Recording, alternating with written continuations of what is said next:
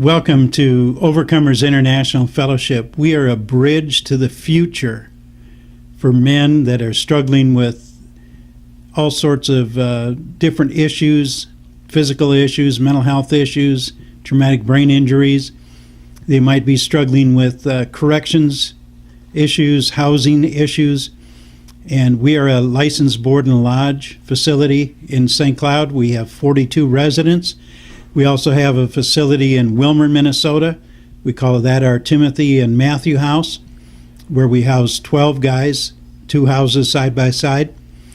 And we help all of our residents to bridge the gap, to get over all of the different deep things that are in their life, and so that they can return back into the community and back into society.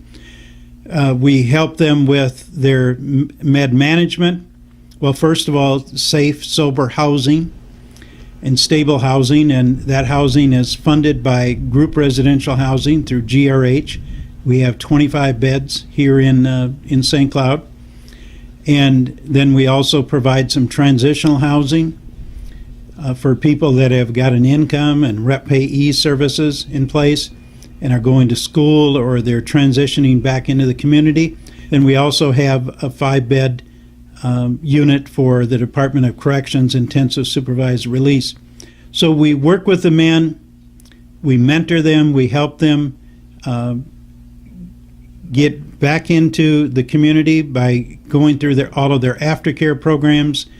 They might have through probation or civil commits, or through their case managers. They're supposed to be doing some aftercare programming. And so we help arrange, we give them rides back and forth in the community, make sure they attend those groups and bring them back. We do the med management. We help them open up other doors of resources for education. We have usually 2 or 3 of our guys that are going to the VOTEC college or to the regular college here in St. Cloud. Also, we usually have about 1 in 7 of our men that come through here don't have a GED, so we get them out to the GED programs that are available in the community, and then plus we have our own GED classroom here at the Dream Center, so that they can achieve that to get that education. We also work with all of the different service learning programs that are in the community. We work with St. Cloud State. We usually have some interns through criminal justice or through mental health or one of the other programs that are available. And we also work with St. Ben's and St. John's and their service learning students. And sometimes we'll have an intern from there, or some of the other community colleges like Rasmussen or St. Cloud School of Business, and then also the VOTEC. We also work with the medical professional students at St. Cloud State, and so many other student organizations that come alongside our men and help them and navigate through the complicated reentry services that they have to go through. And we're just excited about helping these guys and seeing them make a turn as we create this bridge for them from where they were at and into their future.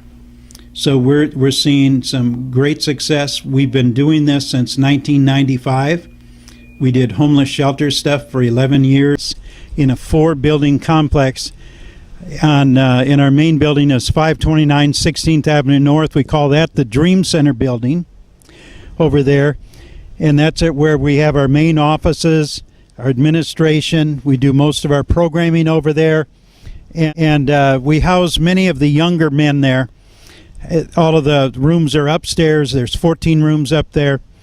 And then we have the hospitality house that's right behind me here, where we have 7 units of all people with mobility issues.